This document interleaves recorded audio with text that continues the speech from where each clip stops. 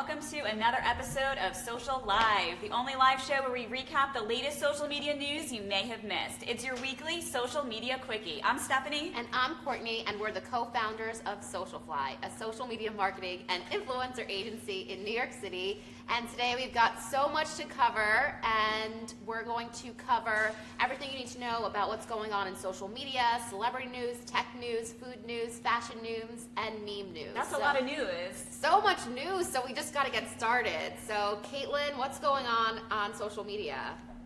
All right, so today on Facebook I have a few cool updates. The first one is Facebook released a new tool on both desktop and mobile called Town Hall. And essentially what you can do is you can put in your home address and a list of your local government officials pops up, and then you have the opportunity to directly contact them, which I find pretty interesting given social media's role in the last election. Yeah, Stephanie played around with this. I and did. What did you learn? So I put in my new home address. I gave it to Facebook, even though Courtney and I talked about that Facebook probably already knows exactly where I moved to because of my geolocation settings. But I physically typed in my home address, and it populated a list of all of my local officials, and if I wanted to, I could just directly message them or send them a direct message on Facebook now. I didn't try it out yet because there was nothing I wanted to message anyone about yet, but I'll let you know if I decide to try it out. I predict she will do it this year. You think so? Yeah. All right, well, we'll keep everyone posted. Exercise your right to direct message on my local official on Facebook. Yes. Caitlin, are you going to try it out? Not at the moment. I don't really have any inclination to, but maybe if I decide to really embrace politics, maybe I will. In the future. I can't wait till Caitlin decides to embrace politics. Yeah, I don't know when it will be. Maybe soon. Okay. Time will tell. Who knows? Well, tell us what else is happening this week in social media news. Another cool update is Facebook is now, like GoFundMe, allowing users to create personal fundraiser pages. So right now it's open for 6 different categories. You can do education, so like tuition, your textbooks, medical, pet medical, crisis relief, personal emergency, and then funeral or loss. So the idea is that just like GoFundMe, you can set up pages, you can invite people to donate, and then hopefully as it evolves, they're going to actually open it up to more categories as well. I have an idea. Maybe we can get people to pay off our student loans. Yeah, that's a good one. I've had Facebook friends who've literally set up GoFundMe pages for student loans, and I'm not for that. But I think maybe textbooks and things like that. For your bachelorette party expenses. For my bachelorette party expenses, all my friends need to stop getting engaged. Point to us. Tell them, Caitlin. Really stop. All right, well, I bet people are going to put this feature to good use to raise money for, potentially crises or things that are happening in their family. GoFundMe has been extremely popular, and Facebook is at it again. So let's definitely keep everyone posted on what happens. Has this launched yet? Has anyone done it? Have you seen any? I haven't seen anything yet. I've only seen GoFundMe up to this point, but I would imagine, as with all features, it'll slowly roll out to a few people and then eventually be universal. So we'll see. Right, what else? And last but not least, Snapchat has now added a new search option. So you can literally go onto the app and search for different keywords, and then a list of snaps will come up that relate to that keyword. So for example, the example I saw was you could type in puppies, and then a list of puppy snaps come up. So I think this is really great because as of right now, you are only able to use Snapchat with people that you follow. But I guess in order to remain competitive, specifically with Facebook and YouTube, you can now, it's searchable, so now you can find content from all over. Yeah, I would think that was the biggest disadvantage that brands had, is that you were not able to get discovered on Snapchat, right. and now you can. Although I wonder how many people are actually going to be doing this. I mean, I don't know. I think it's a good move on Snapchat's part, considering how Facebook just announced their stories option, and so we'll see. Again, time will only tell, but I think it's a good step in the right direction. Right. Thanks, Caitlin. Yeah. Emily, break it down for us. Pop culture. I know you have all the breaking news. What's going on? Yes. So Beyonce posted a mysterious video that people are thinking is like teasing what her twins are going to be, what their gender is going to be, and what their names are going to be. There are flowers in the background. People think that's maybe going to be their names. And her dress is purple, so people think maybe it's a boy and a girl. What do you think? I don't know. I wish Amber was here because I know she could definitely weigh in. She has a lot of theories on it. So We'll have to text her and ask. I think it's going to be a boy and a girl. That is my prediction. Amber, if you're watching live right now, 1, happy birthday to you. We miss you. 2, what's it going to be? Let us know. I agree with you. I think it's also going to be a boy and a girl. J-Lo had a boy and a girl. Mariah Carey had a boy and a girl. So I think it's a trend in that Hollywood. world. You pick your babies. When you have that much money, you can pretty much do whatever you want. Exactly. And who wouldn't want that mix? Yes. And I know breaking news on Twitter, everyone is talking about this morning with Kendall Jenner. Yeah. Tell us what is going on with this commercial. So, she is the new face of Pepsi, and they had an ad where she walked through a protest and handed a Pepsi to a policeman. Yes. And people are saying that it's in very poor taste and very offensive, and that it's bringing people together in the wrong way because now everyone is mad at her and Pepsi. So I know Pepsi is putting out a statement on Adweek later today with their justification for it, but I don't think there's any way to justify it. It was really offensive. I think that Pepsi did this on purpose. Obviously, when they produced a commercial like this, if you watch the commercial, you saw a lot went into it. They spent a lot of money as well. Obviously, it's Pepsi, and they probably paid Kendall Jenner a lot of money. They knew this was going to spark controversy. They wanted to get people talking. I'm sure they knew they were going to have to release a statement. It was planned out way in advance. They're not stupid. This was in poor taste, but they did it on purpose, if you ask me.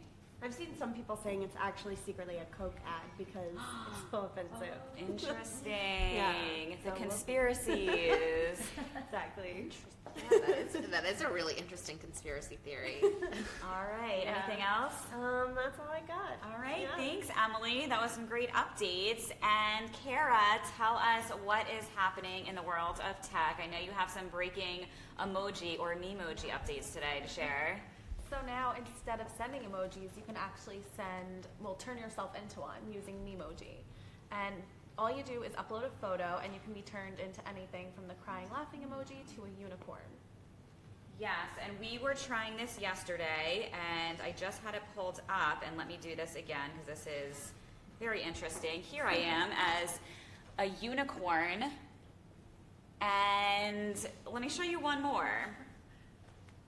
Here's Courtney as The angry face. And this, okay, first of all, Memoji really distorts your face. It does. So I think Snapchat became popular because it makes you prettier. Memoji makes you not so attractive. Yeah. So I don't know how many people will actually be using this, in my opinion. well, I used it yesterday, but I don't know if I'll be using it after yesterday. I think today. if it makes you look better, I think better looking Memojis are coming, and that's when it's really going to take off. Who would you want to be turned into? The dancing The girl? dancing Yeah, girl, I of knew course. it. I would want to be turned into a Disney princess once those emojis come out. All right, what else do you have for us, Kara? So Amazon has also launched Amazon Cash, which is a new way to shop their site without using a credit or debit card. So all you need to do is show your personal Amazon barcode to a participating retailer and pay in cash, which will be immediately available on your account.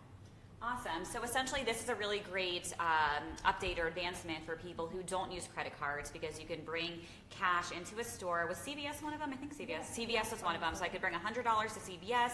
They would put it on my Amazon card, and then online I could pay with that barcode through the Amazon Cash. Pretty cool. Yeah.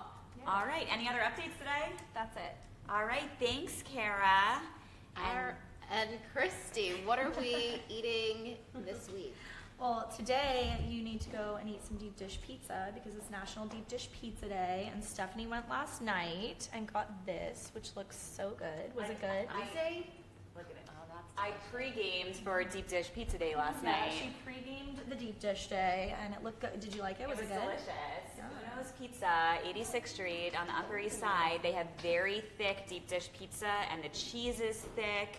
It's delicious. I couldn't eat all the crust because it was that thick and deep. Yeah, so for the people watching, Oh, wow. I think Uno's is the original deep dish pizza.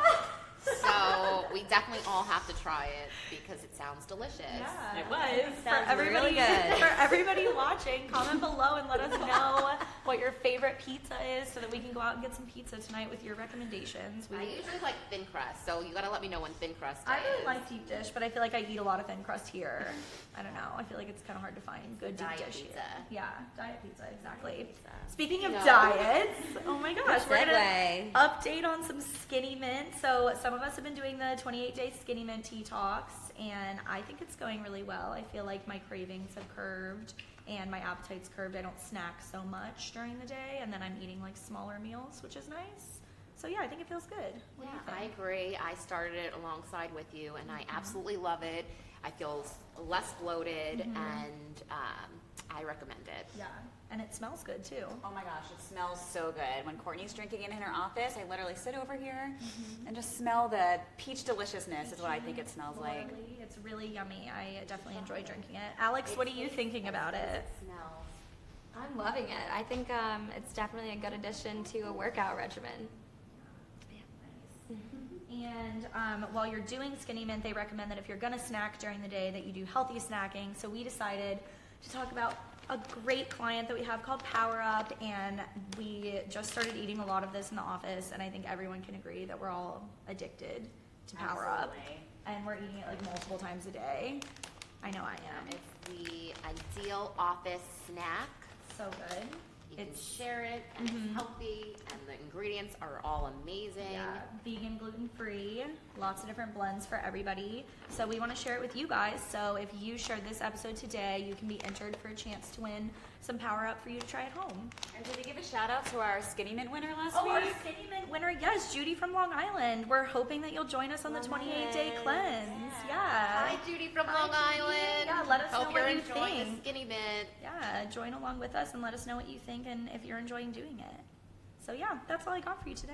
All right, thanks, Christy. And next up in fashion news, Sam, tell us what is going on. Yeah, so in honor of the warm weather, I decided to loop in a nice fashion trend, which is athleisure. I'm sure you're seeing all the Instagram stars and the celebrities are all wearing it. So Lululemon is actually going to start targeting millennials with their first ever global ad campaign. So they've never actually launched a proper ad campaign because they've been so successful sticking to influencers and word of mouth and just people walking into the stores and knowing the quality of the products there. So they have really high financial goals for 2020, so they're going to start working with a creative agency to better amplify their brand voice towards millennials. So I'm not really sure what this means for them or where they're going to take it, but I guess we have to wait and see. Yeah, I'm a big fan of Lululemon and technically a millennial, so I think they're already reaching millennials. So who here wears Lululemon? What do you guys think they can do to reach more millennials? Bring down the prices. Caitlin says, Bring down the prices. When you have companies like Old Navy and Target that have really great lower cost workout wear, I think if they're going to remain competitive with them, they're going to have to bring down the prices so that's affordable for people who are just starting out in their careers. I agree. think. all I right, agree with you. Lululemon, you heard it here. Lower the prices. And you got 2 more customers. I will buy Lululemon. 3. I will. 3 new customers, guaranteed. Yep. All right, what else do you have for us, All Sam? right, so keeping with the nice weather athleisure, I have a question for you too. So I was recently in the market for new athletic socks for my runs, and I was targeted with the Shop Now ad on the Nike Instagram. And in any other scenario, I would have just went to the mall and I purchased a new pair of socks, or I went to my local store. But instead, I actually went through the ad. So it was just because it was easy and I didn't feel like going to the store. So I started to do a little research, and I found that despite online shopping thriving for a lot of us, I know in the office we all like to online shop, 90% of sales are actually still done offline.